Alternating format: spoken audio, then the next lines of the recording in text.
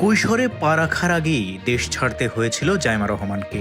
বয়স তখন মাত্র ১৩। বাবা মায়ের সঙ্গে লন্ডনে নির্বাসিত জীবন শুরু হয় সাবেক প্রধানমন্ত্রী বেগম খালেদা জিয়ার নাতনি ও বিএনপির ভারপ্রাপ্ত চেয়ারম্যান তারেক রহমানের একমাত্র কন্যা জাইমা রহমানের। তবে দেশ ছাড়ার আগ পর্যন্ত তার শৈশবের পুরো অধ্যায়টাই কেটেছে বাংলাদেশে, ঢাকার স্কুল, বন্ধু, খেলাধুলা আর পারিবারিক আবহে। ঢাকার বসুন্ধরা আবাসিক এলাকার ইন্টারন্যাশনাল স্কুল ঢাকায় প্রাথমিক শিক্ষা নেন জাইমা। পড়াশোনার পাশাপাশি খেলাধুলাতেও ছিলেন সক্রিয়।